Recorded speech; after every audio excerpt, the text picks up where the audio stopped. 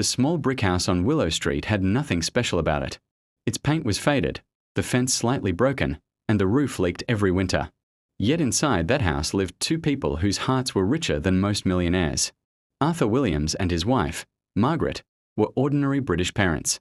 No fame, no wealth, no powerful connections. All they had were tired hands, aching backs, and an unbreakable love for their only son, Daniel. Arthur woke up every morning before sunrise. The streets were silent, the air cold, and the sky still dark.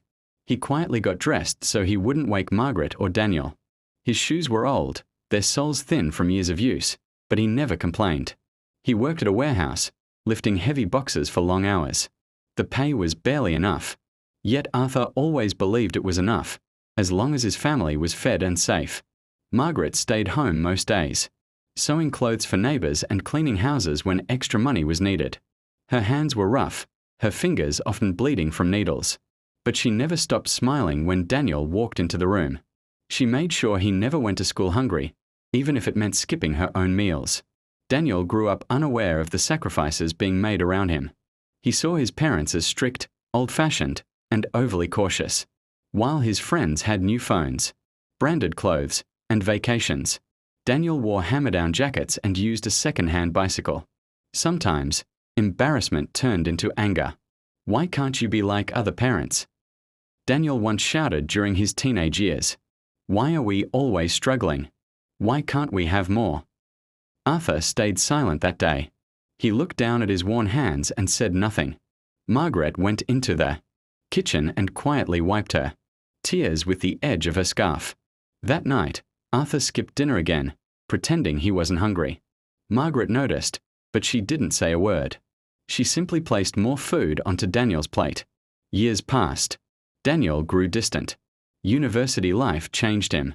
New friends, new dreams, and a new world that made his parents' simple lives seem small and outdated. He called less. He visited rarely. When he did, he complained about the house, the neighborhood, the smell of old furniture. Arthur listened quietly. Margaret nodded and smiled, hiding the pain behind her eyes.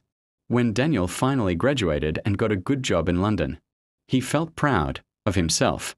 He believed his success was his own doing. He forgot the nights Arthur came home limping. He forgot the days Margaret fainted from exhaustion. He forgot the dreams they buried so he could live his. Time moved fast. One winter morning, Daniel received a call that changed everything. His father had collapsed at work. The hospital room smelled of disinfectant and silence. Arthur lay on the bed, thinner than Daniel remembered, tubes attached to his arms. Margaret sat beside him, holding his hand, whispering prayers. For the first time, Daniel really looked at his parents. Arthur's hair had turned almost completely white. His hands were cracked and scarred. Margaret's face was lined with wrinkles that hadn't been there before. Her back was bent, her eyes tired. Something inside Daniel broke.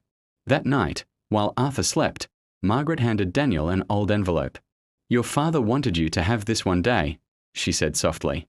Inside were letters Arthur had written over the years but never sent. Letters about how proud he was of Daniel's first step. Letters about skipping meals so Daniel could have school books. Letters about choosing broken shoes for himself so Daniel could have new ones. Letters about his fear of dying before seeing Daniel succeed. Daniel read until his hand shook and his vision blurred.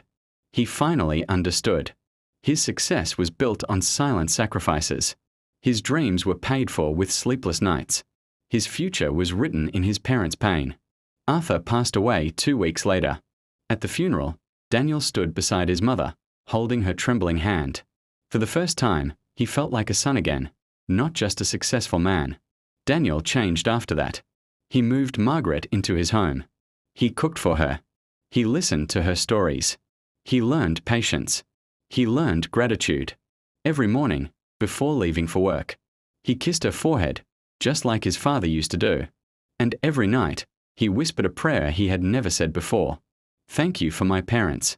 Forgive me for realizing their value too late." Some people leave behind money.